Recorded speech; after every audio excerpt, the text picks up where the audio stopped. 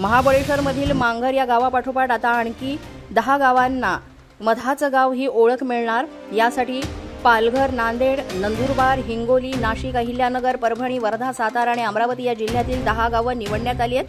त्यासाठी 5 कोटींचा निधी मंजूर करण्यात आलाय। मध्य रेल्वेच्या मुंबई विभागानं छत्रपती शिवाजी महाराज टर्मिनस, दादर, लोकमान्य टिळक टर्मिनस आणि पनवेल इथून सुटणाऱ्या लांब पल्ल्यांच्या रेल्वे गाड्यांच्या वेळापत्रकासाठी क्यूआर कोड सुरू केलेला आहे। प्रवास तपशील जलद आणि सोयीस्करपणे उपलब्ध करून देण्यासाठी क्यूआर कोड आधारित माहिती प्रणाली कार्यान्वित करण्यात आली आहे।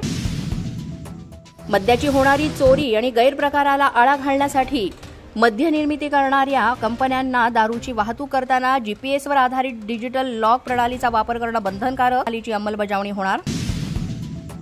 रिझर्व्ह बँक ऑफ इंडियानं देशातील सर्व बँकांना सप्टेंबर 2025 पर्यंत बँकांच्या एटीएममध्ये 100 ते 200च्या नोटा जमा करण्याचे आदेश दिलेत। आरबीआय चलनातून 500 रुपयांच्या नोटा कमी करून 100-200च्या नोटांचा वापर वाढवण्याचा प्रयत्न करत आहेत। त्यामुळे येत्या काही काळात सरकार 2000च्या नोटेप्रमाणेच 500च्या नोटा देखील बंद करू शकतं, ही चर्चा। सर्वोच्च न्यायालयाच्या आदेशानंतर आता अनधिकृत बांधकामांवर मनमानी पद्धतीनं कारवाई करण्यात राज्य सरकारनं लगाम लगावलाय। कोणताही बांधकाम करण्यासाठी किमान 15 दिवस आधी कारणे दाखवा नोटीस जारी करणं बंधनकारक। नैसर्गिक आपत्तीमुळे शेती खर्चिक झालेली आहे। शेतीतील भांडवली गुंतवणूक कमी होतीये, त्यामुळे भांडवली गुंतवणूक करून शेतीसाठीच्या पायाभूत सुविधा रक्कम भरण्याचा निर्णय राज्य सरकारनं घेतलाय। राज्य सरकार दरवर्षी 5000 कोटी रुपयांचं अनुदान स्वरूपात भांडवली गुंतवणूक करणार।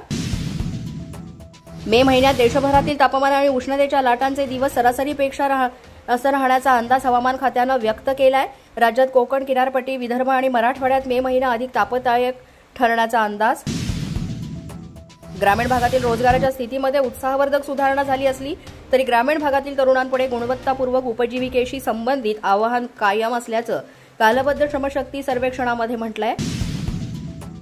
माऊलींच्या समाधी मंदिरात मोगऱ्याच्या फुलांची आरास करण्यात आली। या ठिकाणी समाधीवर चंदन उटीतून पांडुरंगाचे रूप साकारण्यात आलंय।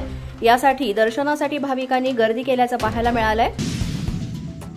महाराष्ट्र दिनानिमित्त पंढरपुरातल्या विठ्ठल रुक्मिणी मंदिरात आकर्षक सजावट करण्यात आली आहे। मंदिराच्या गाभाऱ्यात विविध फुलांची सजावट करण्यात आली आणि या सजावटीमुळे विठुरायाचं रूप अधिक खुलून दिसतंय। अशाच नवनवीन व्हिडिओसाठी पोलीस माझा न्यूजचं YouTube चॅनल सबस्क्राइब करा।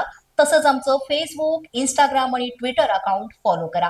अधिक माहितीसाठी आमच्या www.polismazhanews.com या वेबसाईटला भेट द्या। पाहत रहा पोलीस माझा न्यूज।